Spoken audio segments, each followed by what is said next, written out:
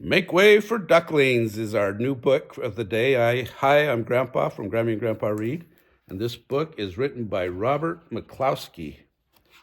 This book, Grammy told me, is a Caldecott Medal Award winner, and it was awarded in the year of its publication, which I looked was 1941. It's an old story, but a good one. I remember it when I was a kid. Mr. and Mrs. Mallard were looking for a place to live, but every time Mr. Mallard saw what looked like a nice place, Mrs. Mallard said it was no good.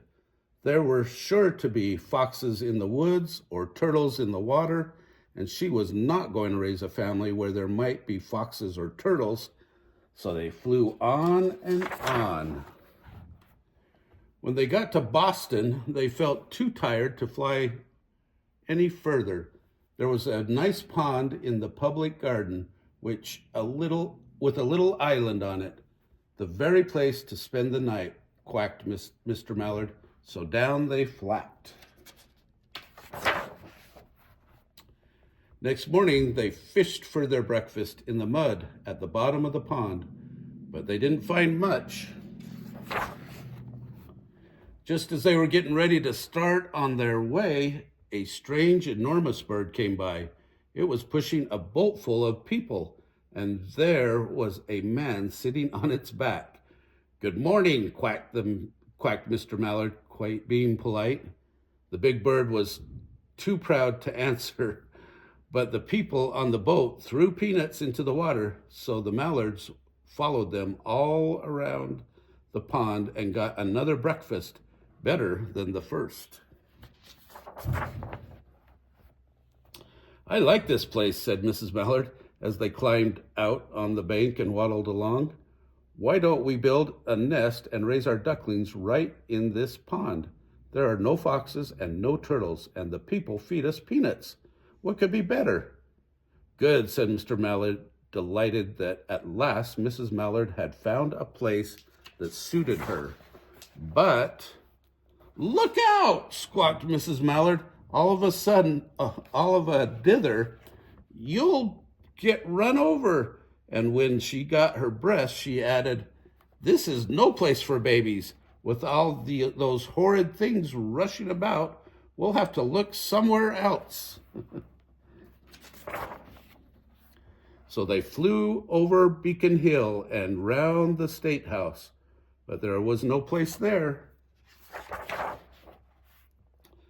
They looked in Louisburg Square, but there was no water to swim in.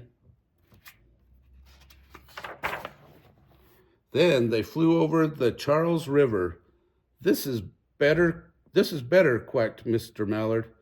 "That island looks like a nice quiet place, and it's only a little way from the public garden." "Yes," said Mrs. Mallard, remembering the peanuts. "That looks like just the right place to hatch ducklings." So they chose a cozy spot among the bushes near the water and settled down to build their nest, and only just in time, for now they were beginning to molt.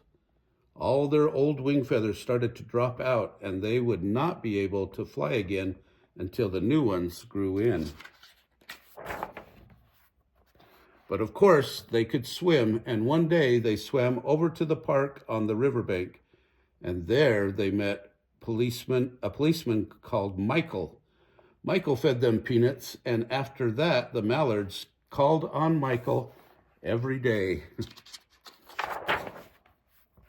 After Mrs. Mallard had laid 8 eggs in the nest, she couldn't go to visit Michael anymore because she had to sit on the eggs to keep them warm. She moved off the nest only to get a drink of water or to have her lunch or to count the eggs and make sure they were all there. One day the ducklings hatched out. First came Jack, then Cack, and then Lack. Then Mac and Knack and Owack and Pack and Quack.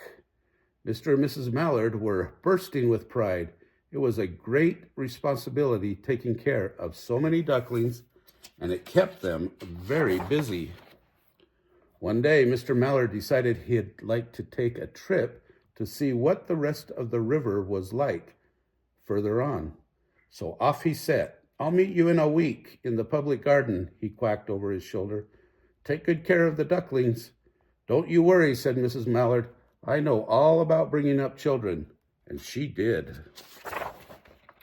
She taught them how to swim and dive. She taught them to walk in a line and to come when they were called, and to keep safe distance from bikes and scooters and other things with wheels. When at last she felt perfectly satisfied with them, she said one morning, "Come along, children, follow me." Before you could wink an eyelash, Jack, Cack, Lack, Mack, Knack, Whack, Pack, and Quack fell into line, just as they had been taught. Mrs. Mallard led the way into the water, and they swam behind her to the opposite bank. There they waded ashore and waddled along till they came to the highway. Mrs. Mallard stepped out to cross the road. "Honk, honk," went the horns on the speeding cars. "Quack," went Mrs. Mallard as she tumbled back again. "Quack, quack, quack, quack," went Jack, Cack, Lack, Mack, Knack, Whack, Pack, and Quack, just as loud as their little quackers could quack. The cars kept speeding by and honking, and Mrs. Mallard and the ducklings kept right on quack, quack, quacking. They made such a noise that Michael came running, waving his arms and blowing his whistle. He planted himself in the center of the road, raised one hand to stop the traffic, and then beckoned with the other, the way policemen do, for Mrs. Mallard to cross over. As soon as Mrs. Mallard and the ducklings were safe on the other side and on their way down Mount Vernon Street, Michael rushed back to his police booth.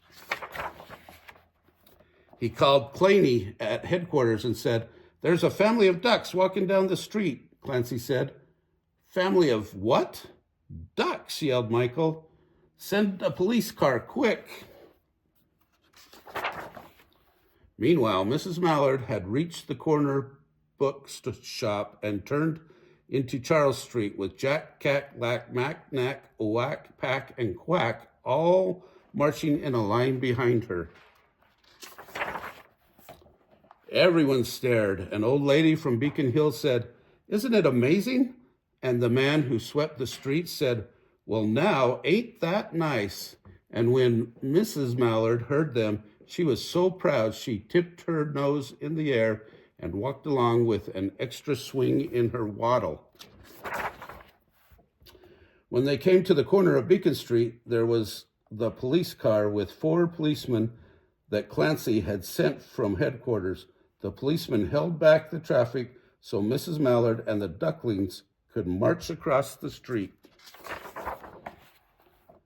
right on into the public garden. Inside the gate, they all turned around to say thank you to the policeman. The policeman smiled and waved goodbye. When they reached the pond and swam across to the little island, there was Mr. Mallard waiting for them, just as he had promised.